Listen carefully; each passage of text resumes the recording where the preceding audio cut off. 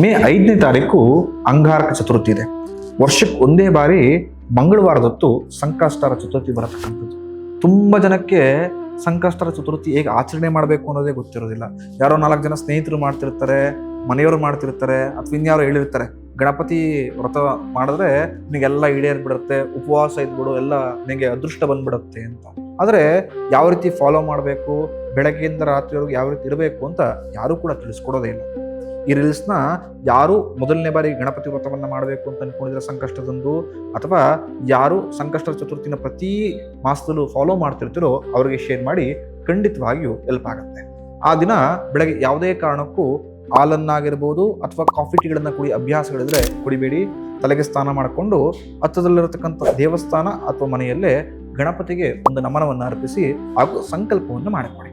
ಈ ಗಣಪತಿ ವ್ರತವನ್ನು ಮಾಡ್ತಿರ್ತಕ್ಕಂಥ ಉದ್ದೇಶ ಏನು, ಯಾವ ಇಷ್ಟಾರ್ಥ ಈಡೇರಬೇಕು ಅಂತ ಸಂಕಲ್ಪ ಮಾಡಿಕೊಂಡು ನಿಮ್ಮ ಅನುಕೂಲವಾದರೆ ದೇವಸ್ಥಾನಕ್ಕೆ ಹೋಗಿ ಭಗವಂತನಿಗೆ ಒಂದು ಕ್ಷೀರದಲ್ಲಿ ಅಭಿಷೇಕವನ್ನ ಮಾಡಿಸಿ ಮಹಾಗಣಪತಯೇ ನಮಃ ಹಾಗೂ ಓಂ ಗಂ ಗಣಪತಯೇ ನಮಃ ಎಂಬ ಮಂತ್ರವನ್ನ ದೇವಸ್ಥಾನದ ಆವರಣದಲ್ಲೇ ಕೂತ್ಕೊಂಡು 108 ಬಾರಿ ಜಪವನ್ನ ಮಾಡಿ.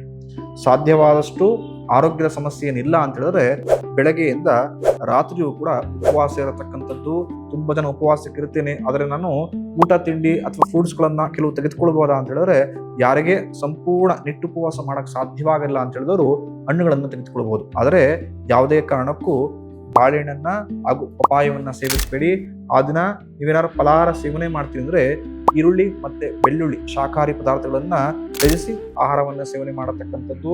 ಗಣಪತಿ ದೇವಸ್ಥಾನಕ್ಕೆ ಶಕ್ತಿಯನುಸಾರವಾಗಿ ಗರಕೆಯನ್ನಾಗಿರ್ಬೋದು, ಕೆಂಪು ಹೂಗಳನ್ನಾಗಿರ್ಬೋದು, ಬಿಳಿ ಎಕ್ಕದ ಪುಷ್ಪಗಳನ್ನಾಗಿರ್ಬೋದು, ಕಡಲೆಕಾಳಿಂದ ಆಹಾರವನ್ನ ತಯಾರಿ ಮಾಡಿ ಗಣಪತಿಗೆ ಅರ್ಪಿಸಿ. ಖಂಡಿತ ಮನಸ್ಸಿನ ಇಷ್ಟೈಶ್ವರ್ಯ ಈಡೇರುತ್ತೆ. ಆ ದಿನ ರಾತ್ರಿ 9:50 ಚಂದ್ರೋದಯ ಆಗತಕ್ಕಂಥದ್ದು.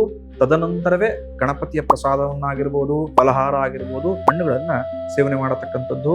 ರಾತ್ರಿ ದೇವಸ್ಥಾನದಲ್ಲಿ ಆಗತಕ್ಕಂತಹ ಸಂಕಷ್ಟರ ಚತುರ್ಥಿಯ ಒಂದು ವ್ರತಕತೆಗೆ ಭಾಗವಹಿಸಿ ಕಥೆಯನ್ನ ಕೇಳಿಸ್ಕೊಳ್ಳೋ ಮುಖಾಂತರ, ಭಗವಂತನಿಗೆ ಆಗತಕ್ಕಂಥ ಅರ್ಚನಾದಿಗಳನ್ನು ಕೇಳಿಸ್ಕೊಳ್ಳೋ ಮುಖಾಂತರ ಸಂಪೂರ್ಣವಾಗಿ ನಿಮ್ಮಲ್ಲಿರತಕ್ಕಂಥ ನಕಾರಾತ್ಮಕ ಶಕ್ತಿ ದೂರವಾಗುತ್ತೆ ಹಾಗೂ ಧನಾತ್ಮಕ ಶಕ್ತಿ ವೃದ್ಧಿ ಆಗುತ್ತೆ.